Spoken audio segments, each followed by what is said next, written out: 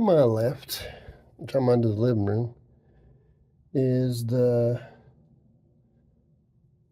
area where the bathtub is. That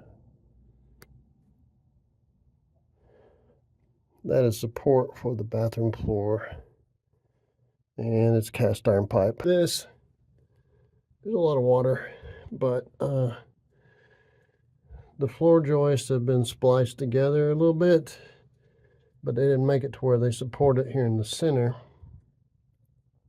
which is probably what our problem is those are not holding up.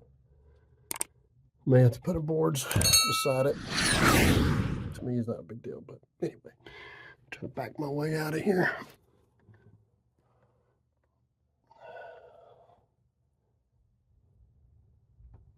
All right. How's it looking? It's pretty wet. Yeah, all right. Needs plastic on the ground.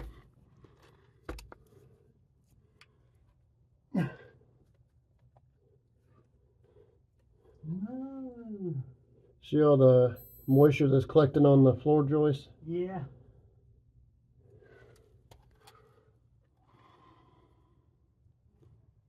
But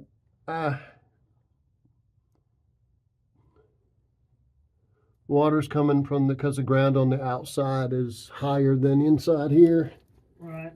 So the moisture goes through the ground, comes back up. But, you know, this is your typical, I've actually seen a lot worse. They actually use concrete to set the rocks in for the walls to be supported. A lot of times you just see stacked rocks. Yeah, yeah. No concrete. No concrete, just rocks. Then they've come through here and supported the middle, because 2x6 is not really meant to span that far. Oh, yeah.